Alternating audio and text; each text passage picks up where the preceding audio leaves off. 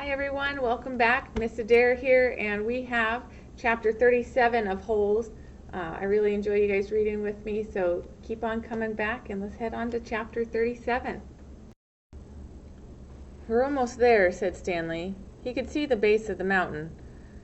Now they were really almost there. It scared him.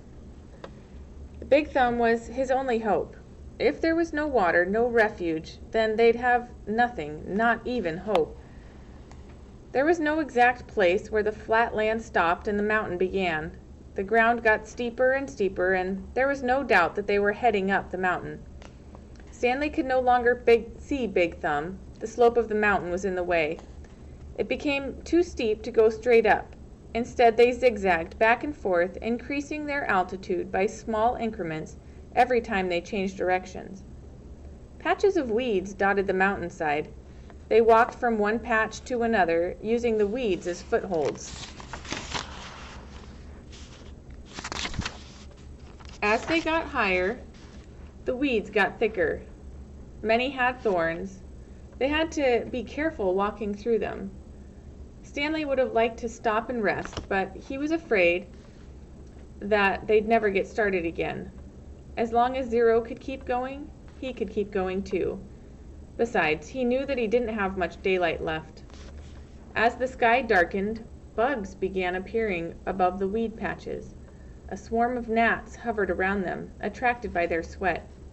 Neither Stanley nor Zero had any strength to try and swat at them. "How are you doing?" Stanley asked. Zero pointed thumbs up. Then he said, "If a gnat lands on me, it will knock me over." Stanley gave him some more words. B-U-G-S, he spelled. Zero concentrated hard, then said, "Boogs." Stanley laughed. A wide smile spread across Zero's sick and weary face as well. "Bugs," he said. "Good," said Stanley. "Remember, it's a short U if there's no E at the end." "Okay, here's a hard one. How about L-U-N-C-H?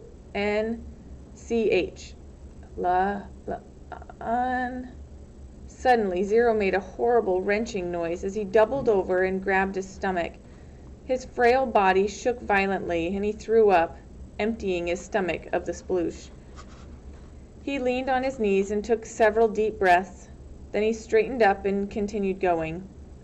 The swarm of gnats stayed behind, preferring the contents of Zero's stomach to the sweat on the boys' face. Stanley didn't give him any more words, thinking that he needed to save his strength. But about 10 or 15 minutes later, Zero said, "Lunch."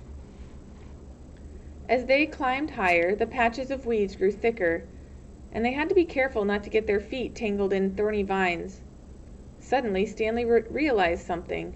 There hadn't been any weeds on the lake. "Weeds and bugs," he said.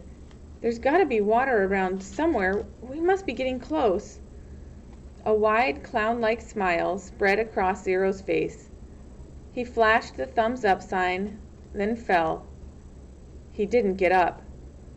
Stanley bent over him. "Come on, Zero," he urged. We're getting close. Come on, Hector. Weeds and bugs. Weeds and boogs."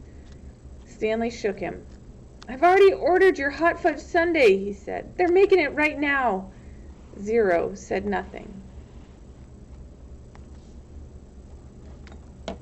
That's the end of chapter 37, guys. Hope to see you back for chapter 38.